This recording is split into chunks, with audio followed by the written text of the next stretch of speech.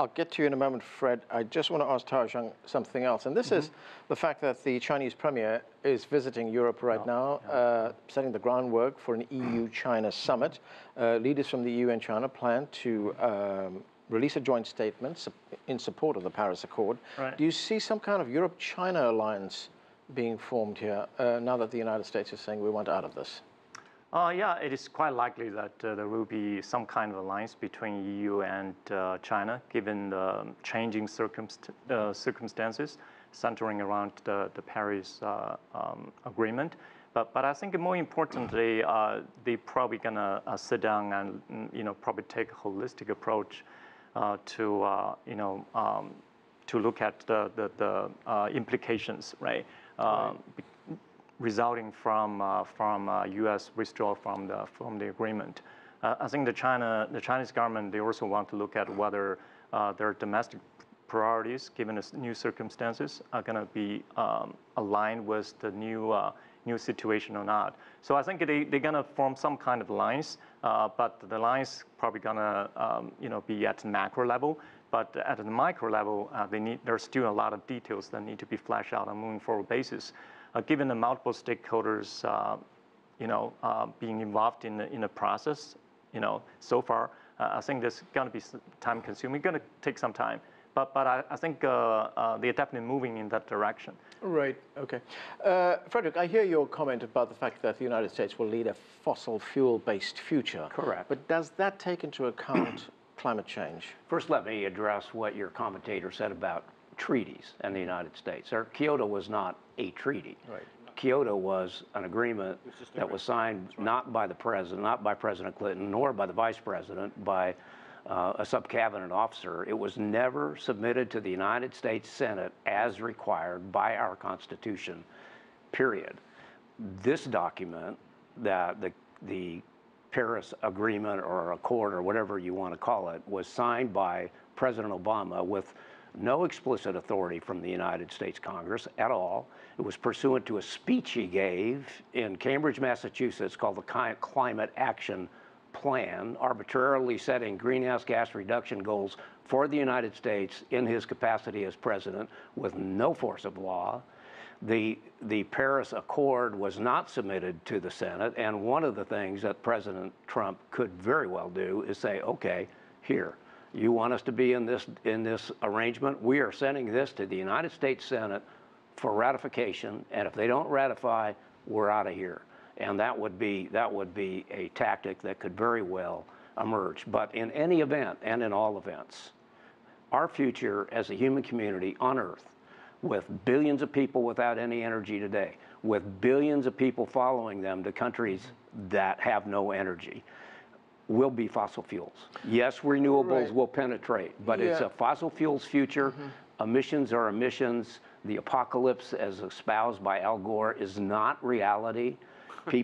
Reasonable people are concerned about greenhouse gas emissions, about CO2, but we are not going to live our lives based on CO2 emissions. We're going to live our lives based on prosperity and the well-being of everybody, which means more fossil energy for everyone, everywhere, all the time, at home and abroad, exporting from the United States of America what the president so charmingly put as energy dominance in his speech in Bismarck, and which his cabinet officers have reiterated since his inauguration. All right, Michael, is that an inherent weakness in the U.S. part of the Paris Accord, the fact that it was not ratified by the Senate, that it's basically the decision of a president? I'll concede a little bit that that particular process was suboptimal.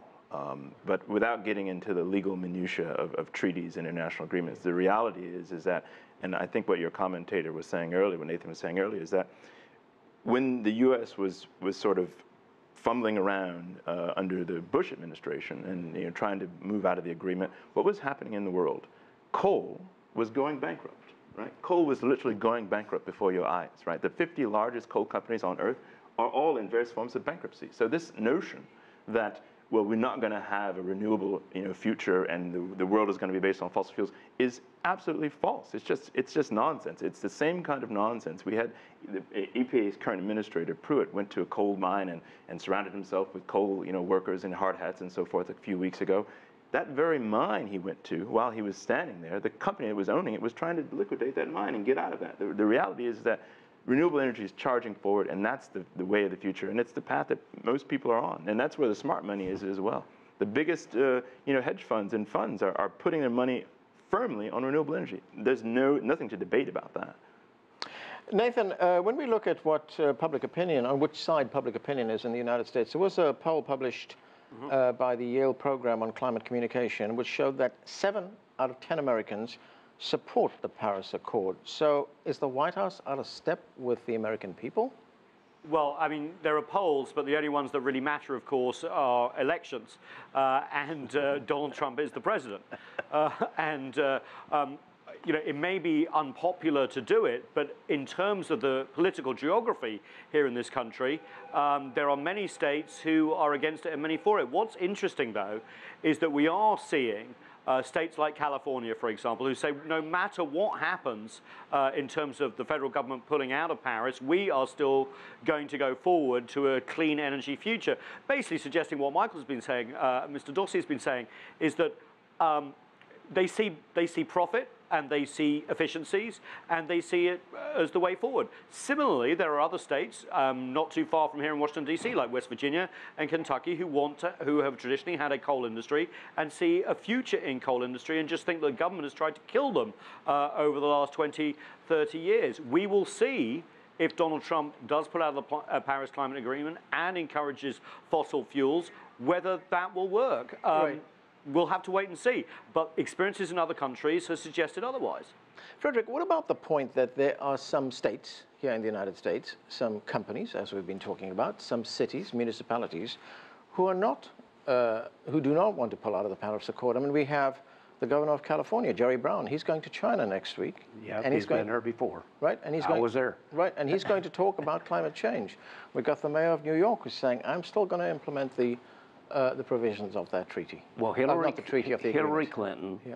the state of California, and the state of New York have one thing in common. They all agree on climate change. Hillary Clinton goes around saying she actually won the election because she carried the popular vote. She carried the popular vote because of California and New York. 84% of the land mass of the United States of America voted for Donald Trump by a margin of 3.5 million votes where fossil energies are used. California only succeeds because it is on the Pacific Ocean. Everything 10 miles inland that's manufacturing that can move has left, including these technology companies, and gone to places like Albuquerque or downtown St. Louis or Iowa, where electricity is cheap and coal-fired, period, or natural gas-fired now too. Coal and natural gas together are 65% of the electricity production in the United States of America. That will maintain 20 years from now, 30 years from now, 40 years from now, period. So the United States of America politically is aligned with President Donald Trump. And the Republican Party controls the House and controls the Senate, and there is zero support for carbon taxes, caps, do without, make electricity scarce and expensive, as Governor Brown has done in the state of California. And he has trashed the state, and the only reason they succeed is because of Silicon Valley, the fabulous weather there. I grew up in Phoenix. I love California, and I'm a member of the California Bar. But you ask people that are in business there, and they wish the man wasn't governor. The reality is he is. But if he runs for president, I say bring it, because the answer that Hillary Clinton got, Governor Brown got, and the answer that Hillary Clinton got, Governor Cuomo will get if he runs for president. Because we are a fossil-based society. Right. We are a fossil-based world. We succeed because of fossil fuels, not in spite of fossil fuels, and it is fossil fuels forever in the future, here and abroad. Always cleaner, always more efficient, with renewables, absolutely, no argument.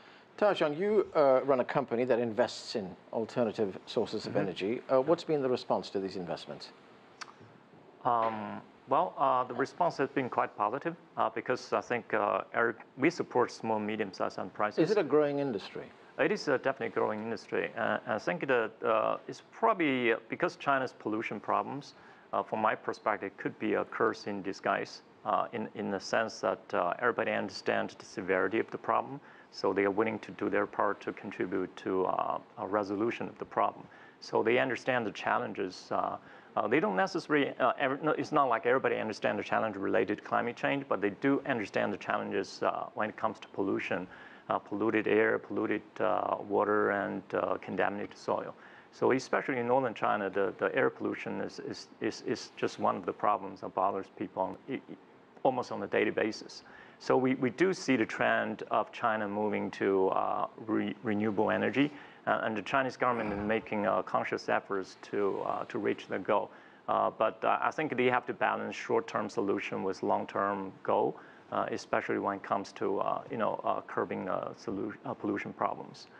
So I think what I'm seeing in the U.S. is that it seems that President Trump is more focused on the short-term gains out of the, especially out of traditional fossil fuel industries, which I understand that, but at the same time, I think you also pointed out actually the renewable energy sector is generating more job opportunities compared with traditional fossil fuel in the sectors, right? So I think that's also a fact, from my perspective, everybody needs to be aware of. So there should be a balanced approach to people in the United States understand what you have just said. People in the United States know that economies are powered by heavy manufacturing, by electricity, by the utilization of fossil fuels. And fossil fuels will continue to grow, always used cleaner, and that will put working men and women back to work. Under President Obama, pursuing this agenda, this climate agenda, he decimated manufacturing in the United States. Under President Obama, poverty grew exponentially because of high rates, electricity rates in California and in New England. In California, there are more kids living in energy poverty than there are in the states of Nebraska, Oklahoma, and Wyoming combined. Okay, Michael, is there any evidence that poverty rates increased in the United States because of the introduction of these kinds of measures? So poverty rates have been increasing. The inequality is a global problem that's been getting worse and worse over the years. But it's absolutely not connected to the build out of renewable energy and technology. I mean, this is a cute story from maybe the 19th century at best. When you have the largest, I told you about the 3 trillionaires. They have nothing to do with heavy industry, right? I mean, there's a reason why that is. I mean, the reason why California is leading, aside from the sort of the political issues that people are talking about with officials, is because they've got an economy that's bigger than Russia.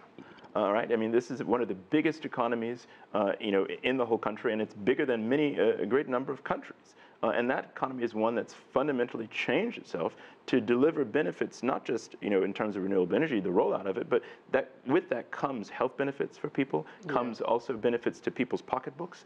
And then the reality is that the price of renewable energy is actually falling, and that is actually making it much more accessible for the average consumer. And that's a big change that's going to further drive down the price of renewable technology and then enforce its spread. And that's actually something that's happening right now as we speak. Nathan, if the United States pulls out, is there a risk that other countries who've signed on to this agreement might rethink their membership, their part of this plan? Look, there were some very reluctant signers to the Paris Agreement. We saw all the arm twisting in Paris, and it wasn't pretty. The sausage making was definitely ugly. I mean, and it's not just advanced economies like the US. India had a real problem signing on. But what's really interesting is that US and China actually squared this circle between developed and developing world when they came together before the Paris Agreement, and basically China agreed a target to stop growing emissions, and the US decided to reduce emissions basically concurrently, because the developing and the developed world had not had that agreement before. The developing world said, look, you polluted for so long, let us catch up, then we'll do it. Well, those two countries basically put an end to that, and that's what led to Paris. Now, if the US backs out, why should developing countries suddenly adhere to tough targets in some cases when the number 2 emitter and the most advanced economy on the planet has decided not to? Okay, I've got 30 seconds. That's an absolute factual misstatement about what's not in that agreement. There are no restrictions whatsoever on the developing world. Poverty, eradication of poverty is the overriding goal of the developing world. Specifically in those documents, China agreed maybe to peak emissions in 2030. Okay. We'll let you know whether we'll do it or not when we get there. Okay, we're going to have to leave it there. Thanks to all of you for being with us.